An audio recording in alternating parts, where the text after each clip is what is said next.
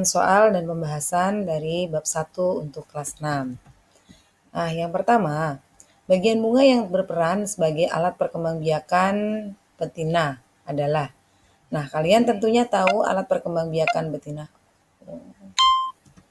Nah, anak-anak, Ibu akan memberikan tentang latihan soal dan pembahasan bab 1 kelas 6. Nah, tentunya kalian sudah belajar tentang bab 1, yaitu tentang makhluk hidup dan perkembangbiakannya. Nah, anak-anak, untuk bagian pertama, soal pertama yaitu bagian bunga yang berperan sebagai alat perkembangbiakan betina adalah.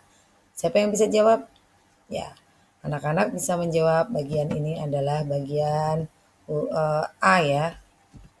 Ini adalah perkembangbiakan betina itu adalah putik. Kalau benang sari itu perkembangbiakan secara ini adalah putik. Nah, ini adalah putik jawabannya.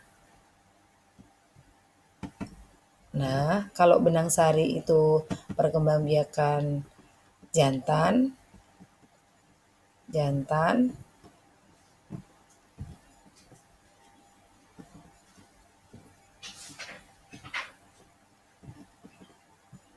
Nah, untuk mahkota, maaf ini weather itu tadi mahkota bukan weathernya, ini tidak usah dipakai. Mahkota dan kelopak ini sudah cukup jelas ya.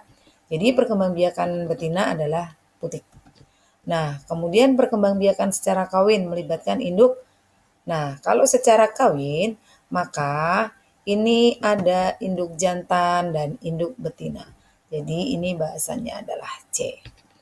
Kemudian ciri perkembangbiakan generatif adalah bunga. Bunga memiliki bagian utama yaitu putik, mahkota, kelopak atau tangkai. Nah, ini bukan ya. Benang sari, putik, kelopak, mahkota. Nah, jawabannya adalah B. Untuk yang C dan D itu bukan karena di sini tidak ada putik, tidak ada benang sari, di sini tidak ada benang sari juga ya. Jadi bunga itu memiliki bagian utama, benang sari, putik, kelopak dan mahkota. Kemudian soal selanjutnya, proses perkembangbiakan tumbuhan secara generatif melalui proses. Nah, pertemuannya perkembangbiakan secara generatif itu ada pertemuan antara sel kelamin jantan dan sel kelamin betina. Bertemunya atau jatuhnya benang sari ke kepala putik itu namanya proses penyerbukan. Jadi jawabannya adalah penyerbukan. Oke, proses penyerbukan Bastar terjadi pada gambar di samping. Nah, yang mana ya? Oh, ini sudah jelas Bastar karena sudah ada namanya. Harusnya ini tadi Ibu tutup ya. Jadi nggak apa-apa, ini adalah bonus. Gambar di samping adalah gambar nomor 4. Ini Bastar ya. Ini yang Bastar. Oke.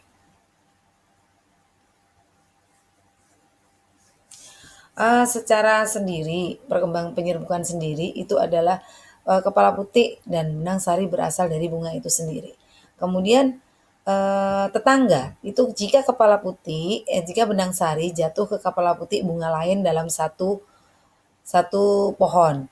Sedangkan silang, kepala putik, benang sari, dan kepala putik itu berbeda bunga tapi masih dalam satu pohon.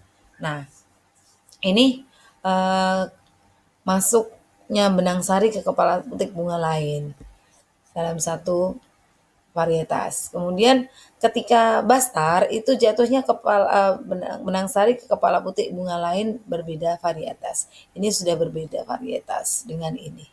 Ya. Oke, baik, mudah-mudahan cukup dipahami ya. Kemudian kita lanjutkan lagi untuk soal berikutnya. Penyerbukan dengan perantara hewan memiliki ciri-ciri sebagai berikut. Hewan itu suka dengan bunga yang berwarna-warni. Sehingga ketika penyerbukan itu terjadi perantara hewan, maka jelas sekali bahwa bunga itu adalah berwarna mencolok. Mahkota bunga berwarna mencolok. Contoh tumbuhan yang penyerbukannya dibantu oleh air, kelapa, hidrilla, jagung atau padi. Tentunya di sini adalah tumbuhan yang hidup di air. Nah, dari sini adalah B, hidrilla. Nah, kemudian jahe, lengkuas, dan kunyit sebenarnya merupakan rizom.